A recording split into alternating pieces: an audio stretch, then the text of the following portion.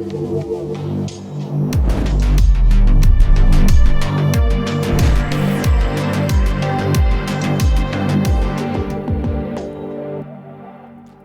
muy buenas tardes. Es un verdadero placer estar aquí en esta tremenda celebración de las ciencias del mundo y de Chile en particular. Yo hoy día les voy a contar un poquitito acerca de la investigación que desarrollamos en la estación costera de nuestra Universidad Católica en Las Cruces, pero la verdad también que desarrollamos a través de una comunidad amplia de investigadoras e investigadores en ciencias del mar que tenemos la fortuna de tener en nuestro país en distintas universidades. Y los quiero dejar, creo yo, con 3 mensajes centrales a mi presentación.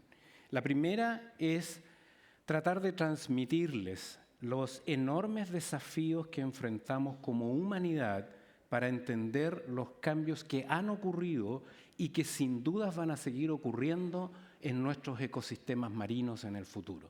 Y cómo podemos generar y proveer información científica útil para entender esos cambios, para poder idealmente proyectar los cambios que se nos vienen en las próximas décadas y poder, por ejemplo, separar cuáles de las transformaciones en estos ecosistemas están respondiendo a nuestras acciones directas, como por ejemplo la extracción de recursos, pesquería, contaminación, cultivo, y cuáles de estos cambios responden más bien a cambios climáticos, oceanográficos, sobre los cuales tenemos mucho menos control. El segundo mensaje tiene que ver con cómo la información científica generada a escala global o en otras regiones del planeta, de los océanos, es de una utilidad más bien limitada cuando queremos entender lo que pasa en nuestros ecosistemas, que necesitamos realizar investigación interdisciplinaria en los ecosistemas donde nosotros nos encontramos. Y por último, un mensaje más optimista, y es que gracias a esa comunidad de científicos en ciencias del mar hemos logrado avances súper significativos en los últimos 70, 80 años de investigación y que yo creo que nos posicionan como país en un punto en donde podemos avanzar en proveer información que nos permita fomentar, generar mayor sustentabilidad de nuestros ecosistemas marinos. Como ustedes saben, el océano del planeta a escala global se está calentando y a una tasa muy acelerada. La capa superficial del mar se ha calentado alrededor de 0,1 a 0,15 grados Celsius por década en los últimos 70 años, que es cuando tenemos información directa. Pero este calentamiento del océano no ha ocurrido de manera homogénea. Hay zonas del océano que se calientan más rápido, zonas que no hemos visto cambio y zonas que incluso se están enfriando. Y una de las zonas del océano, de los sectores del océano más heterogéneos, es lo que denominamos el océano costero.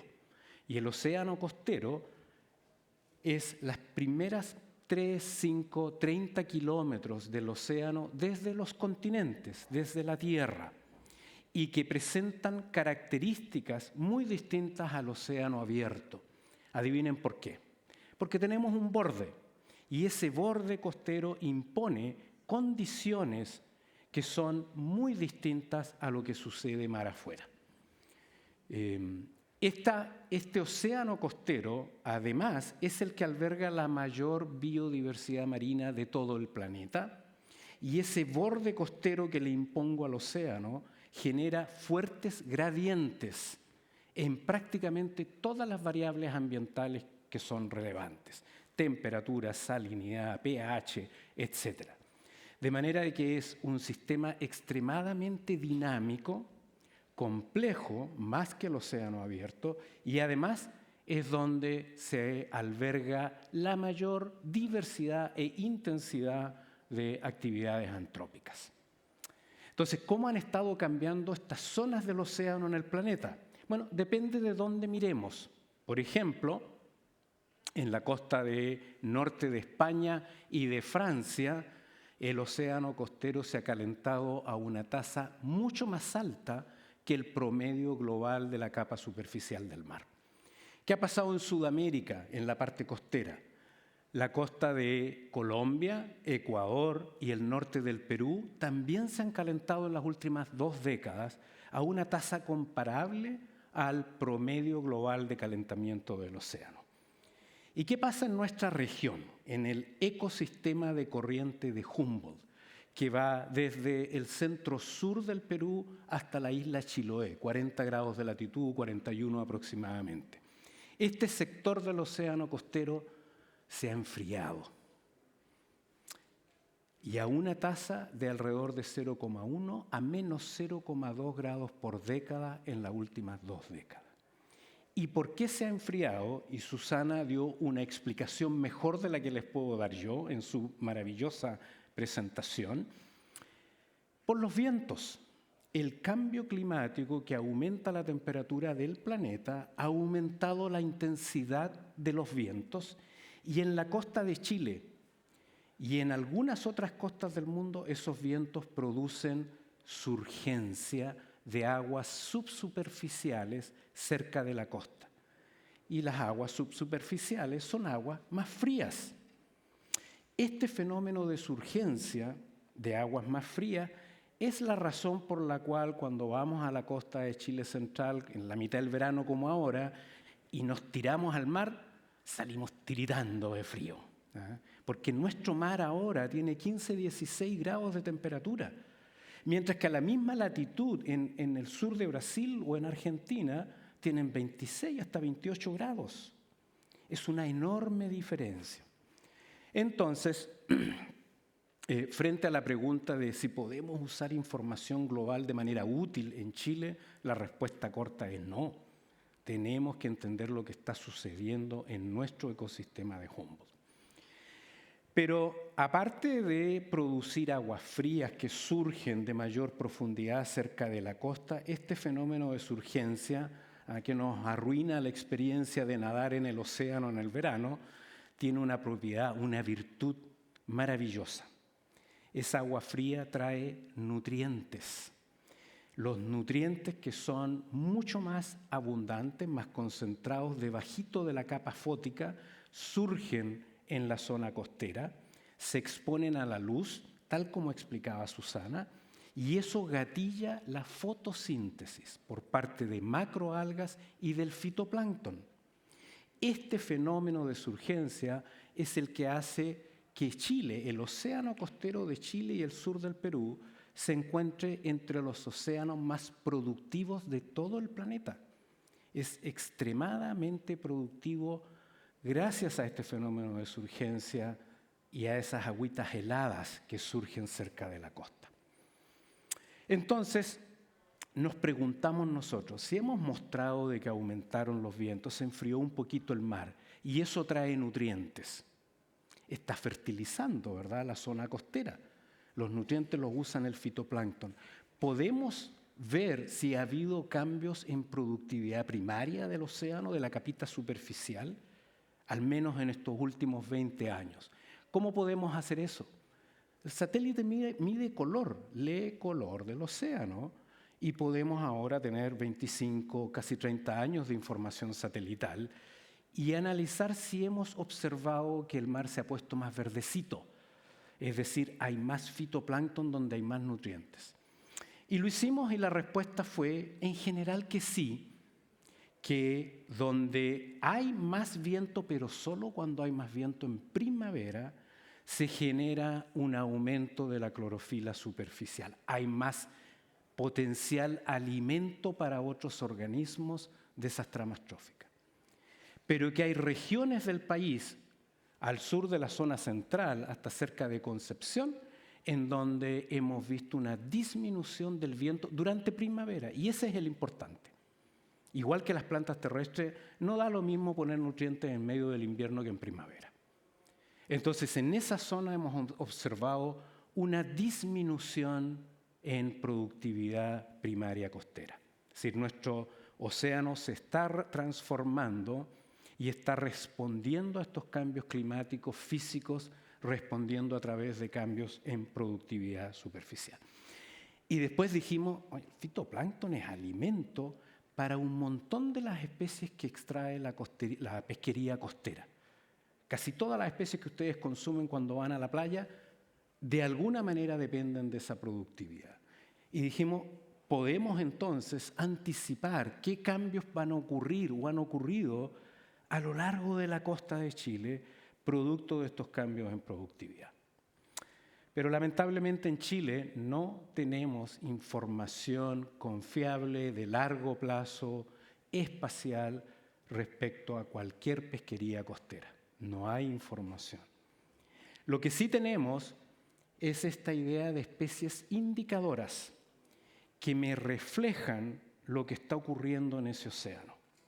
Y mi especie indicadora es un poquitito más modesta que las ballenas de Susana y tal vez menos carismáticas que las abejas, pero igualmente fascinantes. Y son los cirripedios, que también se llaman percebes, en Chile picorocos.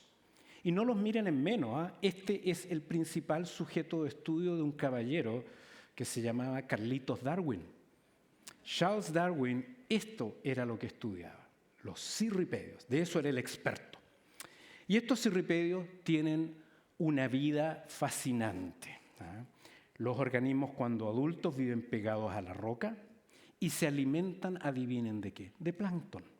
Filtran plancton para poder crecer y reproducirse. Y luego cuando se reproducen, tienen larvas. Y esas larvas pasan, en este caso, 30, 40 días nadando en el mar y alimentándose del fitoplancton, antes de volver y pegarse a las rocas de nuevo. Esto que parece tan raro a lo mejor para ustedes es la forma de vida de la inmensa mayoría de los organismos marinos. Les aseguro que todos los que ustedes han consumido aquí en la costa central de Chile tienen esta forma de vida. De manera de que es importante, que la ecología que yo observo de estas especies está fuertemente influenciada por lo que pasa en ese océano costero en el cual están inmersas. Tienen otra ventaja, los puedo contar, puedo ir, mirar, contar. Y junto con varios colegas y estudiantes, particularmente el profesor Bernardo Breutmann, hace 30 años atrás no tuvimos mejor idea que ir todos los meses a 19 sitios a lo largo de la costa de Chile y contar cuánto está llegando de estos cirripedios, de estos picorocos y muchas otras especies intermareales de la zona costera. Y eso nos permite saber, entonces, ha habido cambios en este nivel trófico, en esta especie, que reflejen lo que está ocurriendo en el océano. Y el cuento corto es que, efectivamente, en la zona norte de Chile, donde ha habido aumento en fitoplancton, el mar se ha puesto más verdecito, ha habido un aumento en la llegada de al menos estas dos especies distintas de cirripedio. En 20 años han ido aumentando. En la zona donde transición, que llamamos, no hemos visto tendencias de largo plazo. Y en la zona sur, que es donde vemos, recuerden, una disminución de la clorofila, del fitoplancton superficial, hemos visto también disminución en el reclutamiento de estas especies. De manera que efectivamente tenemos un ejemplo que nos muestra que estos efectos climáticos se están finalmente traduciendo en productividad y que algunas especies al menos lo perciben y han cambiado su dinámica poblacional y sus abundancias. Entonces dijimos, chuta, si tenemos esta especie que está aumentando, podemos entonces predecir qué va a pasar con otras especies un poquito más interesantes, digamos, para el resto de la humanidad, ¿ah? Como por ejemplo el loco. Para los que no son de Chile, tal vez no saben que el loco es un gastrópodo, un molusco, que es el oro de la pesquería artesanal, la especie con mayor valor para la pesquería artesanal de todo Chile. Y dijimos, bueno, si los locos son carnívoros, ¿eh? Y tope, y se alimentan de estos cirripedios y de otras especies. Y dijimos, entonces si yo tengo más cirripedio en algunos lugares, en una parte de la costa, puedo predecir que voy a tener más locos. En la zona donde hay menos, puedo predecir que hay menos locos. Pero tengo un problema. Los locos y cirripedios no están solos. Hay otras especies con las cuales coocurren, como por ejemplo estrellas de mar. Y resulta que las estrellas de mar también se alimentan de mis cirripedios y se alimentan además de los locos. Entonces tengo un problema, porque el aumento en mis cirripedios podría bien aumentar la abundancia de las estrellas y las estrellas comer más locos, y al final mi aumento en los cirripedios me lleva a una disminución en los locos. A este fenómeno, que no es más que la propagación, ¿verdad?, de las interacciones entre especies, los ecólogos lo llamamos hace muchos años la incertidumbre de las interacciones entre especies entramastróficas. Para poder predecir las consecuencias de un componente de una red ecológica, yo necesito entender cómo interactúan las especies. Y eso es una de las ventajas que tenemos en Chile, que esos años de investigación en ciencias del mar nos han permitido esto. Esto es una trama trófica, se las presento. ¿Qué tiene aquí? Todas las especies, o la inmensa mayoría de las especies que coocurren en un sector de costa de Chile, y cómo interactúan. ¿Quién se come a quién?